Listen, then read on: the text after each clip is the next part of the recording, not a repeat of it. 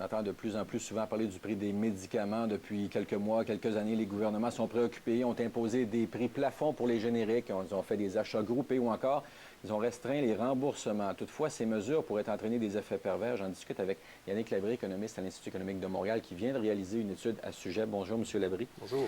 Alors, quels sont les effets pervers que les politiques de restriction des gouvernements auraient pu engendrer au cours des dernières années? Bien, ce sont des politiques à courte vue, dans la mesure où elles entraînent des effets indésirables. Bien, on s'est aperçu notamment qu'il y a un nombre très important de pénuries. Et le nombre de pénuries est en croissance ces dernières années. Au Québec, on l'a noté ça monte de façon exponentielle depuis 4 ou 5 ans, mais on s'aperçoit que c'est le même phénomène du côté du reste du Canada. Ça, c'en est un. Expliquez-nous, par exemple, le lien entre le prix des médicaments payés par les gouvernements et les pénuries. C'est que les gouvernements, depuis un certain nombre d'années, abaissent continuellement leur prix plafond. Ils le fixent. Il y a une réglementation en ce qui concerne les produits brevetés, les médicaments qui sont des produits novateurs, mais ceux aussi qui sont des génériques, donc des copies en quelque sorte des médicaments brevetés. Eux aussi, il y a une forte réglementation. On contrôle les prix et on abaisse continuellement le plafond. Le plafond, à l'heure où on se parle au Québec, il est de 18 du prix du médicament de référence, du médicament breveté de référence. Ce que ça entraîne comme effet pervers, c'est que là, on s'aperçoit que pour bien des médicaments, c'est tout simplement pas rentable de continuer la production. Et donc, on réalloue nos ressources, on les redéploie dans d'autres secteurs, pour d'autres médicaments. Ce que ça entraîne, bon, on l'a vu dans le cas de Sandoz, où il y a eu des problèmes de production l'année dernière, bien, ça entraîne des répercussions sur le système de santé. Les pharmaciens doivent faire des pieds et des mains pour trouver des médicaments de rechange, avec les conséquences que ça entraîne pour les patients.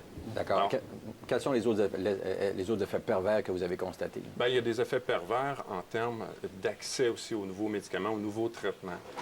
Quand on parle, par exemple, de limites de médicaments, de remboursement sur les médicaments novateurs, vous savez, alors où on se parle, les médicaments qui sont homologués par Santé Canada, dans les dernières années, il y en a à peine 21 de ces médicaments-là qui sont remboursés par les régimes publics d'assurance. Alors, dans un contexte comme ça, bien, les gens n'ont pas accès aux traitements les meilleurs dans les circonstances, compte tenu de leur maladie.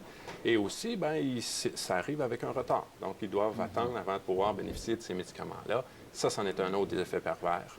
Le troisième, mais probablement celui qui est moins vu à court terme, c'est qu'on freine l'innovation pharmaceutique. Alors, c'est dans le futur dont on aura besoin de ces médicaments-là et on ne les aura pas à cause de politiques à courte vue. On freine l'innovation, donc les pharmaceutiques font moins de recherche et de développement, là.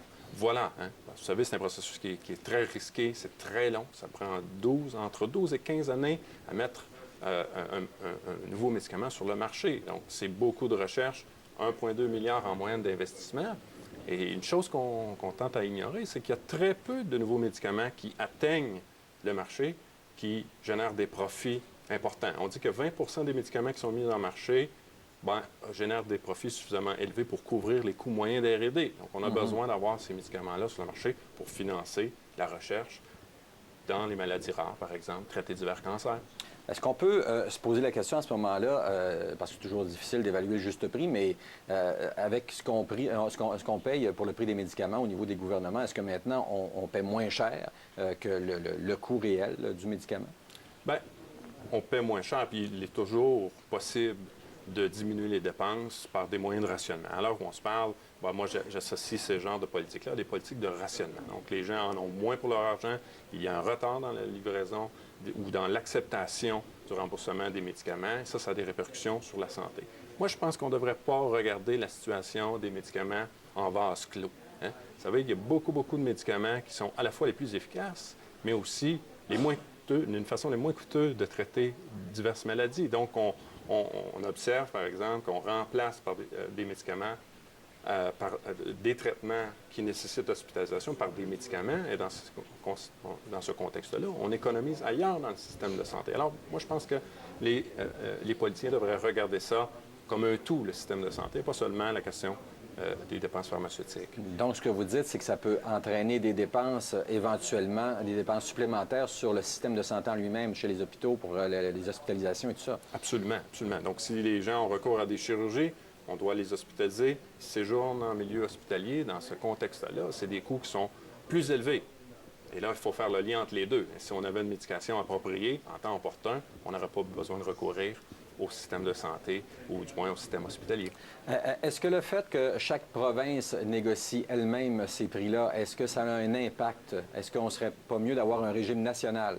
Alors là, si on avait un régime national, les problèmes seraient probablement envenimés. Quand j'ai parlé des mesures qui visent à contenir les dépenses à l'heure actuelle, celle de la réglementation des prix, celle, par exemple, de recourir à des achats groupés de médicaments, donc d'avoir un seul fournisseur pour un médicament et d'avoir un marché exclusif pour ce fournisseur-là, ces politiques-là, si on les avait regroupées, alors on aurait des politiques de rationnement encore plus grandes. Probablement que là, on aurait une qualité de couverture d'assurance inférieure à ce qu'on a à l'heure actuelle.